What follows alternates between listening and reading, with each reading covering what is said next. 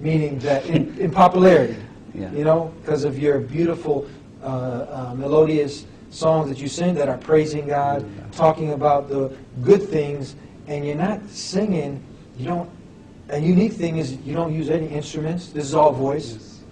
But I want to know, and the audience wants to know, how did you, because to sing about these things, you got to love these things. You have to, with full conviction, believe in it. How did you come to this state that you really submitted yourself in Islam? Okay. Actually, it's a weird story because when I was young, I used to like to sing all the time. Yeah. But my family, my friends and family hated my voice. Mhm. You know, they said that, you know, just shut up, don't sing. You like sound so bad. And but I actually, you know, just love singing, so I didn't listen to anybody. Yeah.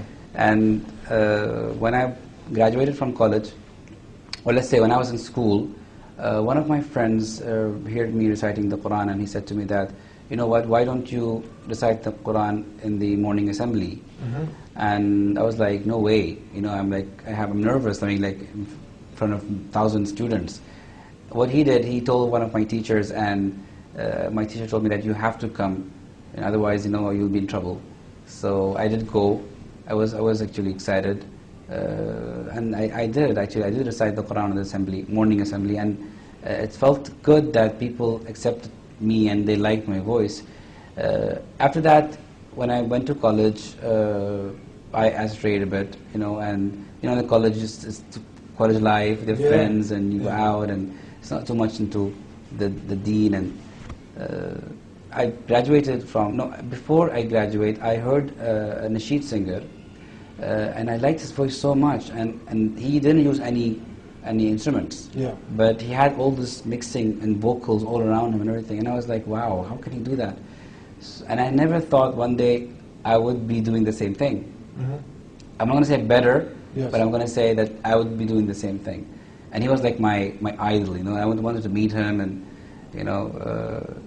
So I graduated, and when I started working with my dad, my brother had a studio. My brother is a Qari Quran. He recited the Quran, and he had a studio which he used it to record some of his Quran readings, and then he also used it to make some more nasheeds or some songs. Yes. So there were some group of guys. They came and they made the song, and he told me, like, if you're free, why don't you come over and help me with the sound engineer? I said, okay, I'm going to help you, like, you know, just like fix the sound and everything. It never came to my mind that I'm going to be one day, you know, not like sitting behind the instruments. I'm going to be actually singing. So I went and started helping him, you know, with the levels and with the microphones and everything. And then I told my brother, honestly, what they're doing does not actually appeal to me. You know, I mean, even to the, let's say, people, you will not be able to attract them with this, because if you want to give them something, if you want them to hear your message, it has to be something nice, something which they would say, wait, let me listen to what is this, you know, and then they would hear it. So he told me, okay, he challenged me actually, if you have something, you know, just bring it on. I said, I don't sing, I'm not a singer. Then I thought about it. I said, okay, let me go back home, and I started like looking through the books and see if I can find one poem. I did find a poem. It's about. It's also about like how much a person complains, and I composed the music for it. And after 2 weeks, I told my brother that I'm ready. I want to sing it. Yeah. And he said to me that no, I was just kidding. And I said, no, come on, I'm ready. So he said, okay, I'll give you a chance. So he really gave me a chance. I did sing, and the guys who were there, they just loved the song. And then I said to myself, okay, I'm gonna help you with the album. I'm gonna be like a part of the album, just one song or two songs. When the album was released, the production company said that, you know, we want Ahmed to do another one. Yeah. So I said, okay, it's still something which I didn't think that it would be, you know, something I would do like I'm doing right now. So I did another album which was called Quds is Calling Us, and I had 4 songs in that. And from that album, people started calling let's say the production company and asking him that we want more albums for Ahmed. Then I actually went and I did a soul album. It's called Fartaqi. And till now, alhamdulillah, I've been It's like around 7 albums is there. Yes. And so that's the way. After that, the third album, my sister told me that her friend, she listens to my music and she cries when she listens to it. Mm-hmm. There was one song, it says that it's about life, about dunya, and how that we are today living in dunya and tomorrow we'll not be here. Yeah.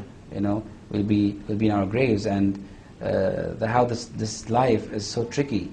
You know, if you don't do good, you'll just find yourself one day you didn't do anything good, and you know, and God knows what will happen, you know, Qiyamah. So when she told me about that, I felt so sorry for her, and I felt that, you know, oh my God, this is my cause. This is what I have to do. I have to, you know, like know what is actually affecting the people around me, and try to bring a solution for them. Yes. Through my songs. And alhamdulillah, it helped a lot, because I sang about the mother, I sang about Allah subhanahu wa ta'ala, I sang about ethics, I sang about the disabled people, I sang about even diseases. For example, there was a disease called thalassemia disease, and we were not aware in UAE, or let's say back home, that this disease even existed. It was actually, you know, there were people dying from this disease, you know, and now after we made this big campaign and I made this song, now it is mandatory in UAE that you have to take the test of thalassemia before getting married. Yeah. So you see? So you're singing about a lot of good stuff. Tell us, I've gotten a chance to interview some of the famous former rappers who are out there with Sean John, P. Diddy Combs, with Jay-Z, and with Tupac, some of these people, and now they're out there and they're trying to let the youth know that's not the direction to go. What advice do you have for the youth who are stuck taking those musicians as role models, 50 Cent, Tupac, and all the other rappers that are calling to not good things like your songs are calling to, but they're calling to evil, corruption, fornication, swearing, cursing, everything bad. And if you follow them, you're going to be the worst of the worst. So what? Because you have the attention of many and a big responsibility. Mm-hmm. So the youth, and a lot of people look up to you. So those people who now need some advice, what advice would you give them? Well, life is short, okay? And if you don't actually wake up, you know, and start doing good and being good in this life, you would end up, you know, just like the rest. If you see many people before us, you know, from the time of Moses alayhi salam, Pharaoh, and all these people who passed, Allah subhanahu wa ta'ala has showed us in the Quran that what did these people get? They were kings, they had money, they had so much of power, but because they just followed the bad, you know, and they wanted to be, you know, they had this pride, and they didn't want to listen to their messengers, and Allah subhanahu wa ta'ala, at the end they lost everything. They ended up in hell. And I mean, that is the case which we have to actually, you know, look at this, that this is a life, and I've got a chance to pick the right way. You know, if I pick the wrong way, it's not just it's going to be I'm going to be bad. I'm going to affect the people around me. You know, I'm going to be responsible for that, for them. You know, but if I'm going to be good, I'm going to go in the good way. I'm going to be giving, you know, peace, and I'm going to be giving that nur and that light to everybody around me. I'm going to help people, and this is what I actually advise the youth, is to, you know, go back to themselves, go back to Allah subhanahu wa ta'ala, you know, see what they can give to this world, what can they offer. As I said, life is too short. We're going to take a break. Do what our brothers talked about earlier. Just close your eyes. He was talking about the song, and he tried to do it. It's scary. About the don't complain. So until we come back, just close your eyes. See what it feels like to be blind. And we're going to come back with more, and we'll continue and wrap it up here.